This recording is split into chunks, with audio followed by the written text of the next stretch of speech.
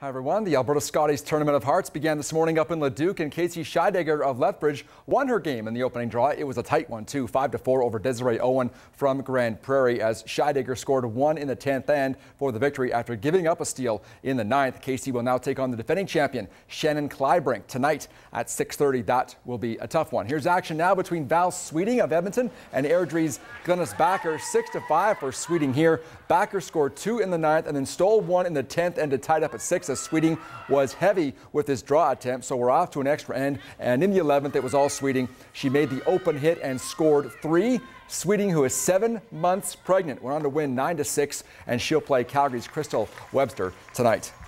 Lethbridge Hurricanes are back on home ice this evening, trying to win their second straight contest. The Canes will be in tough, facing Max and Sam Reinhardt on the Kootenay ice. It's the 6th and final meeting of the year between these two clubs. Kootenay holds the season series lead at 4-1. The last time these two teams met was January 2nd, a game the Canes won in thrilling 7-5 fashion. Game time is 7 o'clock at the NMAX. I will have highlights tonight on our late show. Now, Kootenay hosted Brandon last night in what was a very low-scoring affair. The Wheat Kings opened up the scoring in the first period, though. After the ice couldn't clear the zone, Kevin Sunder with the goal. 1-0 Brandon after one. Second period, Wheat Kings looking for more. Sniper Mark Stone in on a breakaway. He shoots. Nathan Lewin made the pad save. Ice trying to tie things up in a power play, but they couldn't put the puck in the net last night.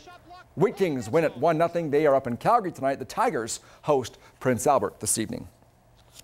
A pair of Lethbridge Hurricanes prospects are headed to the Alberta Midget Hockey League All-Star Game. Defenseman Joel Topping has 9 goals and 24 points for Red Deer this season, and Tyler Wong has 22 points in 20 games for Strathmore. Jordan Wiest and Craig Lyon of the Lethbridge Midget Pronghorns have also been named to the South Division team. The All-Star Game goes February 5th up in Edmonton.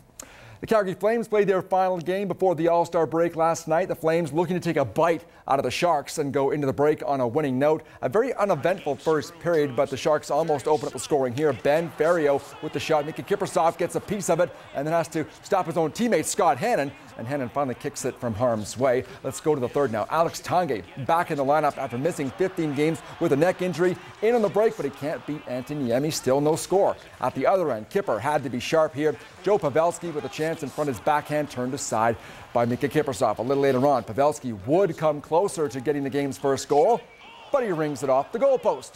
Sharks back on the attack here. Kipper makes a couple of stops but couldn't corral the puck. Ferriero grabs it out of midair, scores the goal. Sharks up 1-0, and that stood up as the game winner. Niemi with 25 saves for the shutout. Flames don't play now for a week. A new study of hockey referees suggests most of them take a litany of abuse both on and off the ice. A staggering 92% say they're targeted by verbal abuse, and nearly half said they're threatened by physical abuse as well. They listed the source of the abuse as players, coaches, parents, and fans.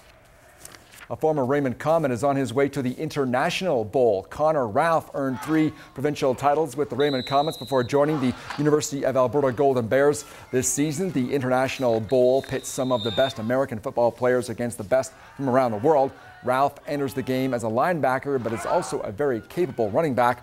The game goes at 4 o'clock local time and is being webcast around the world at the address on your screen from Sydney, Australia. Pretty cool. Yeah, I'd say so. Wow.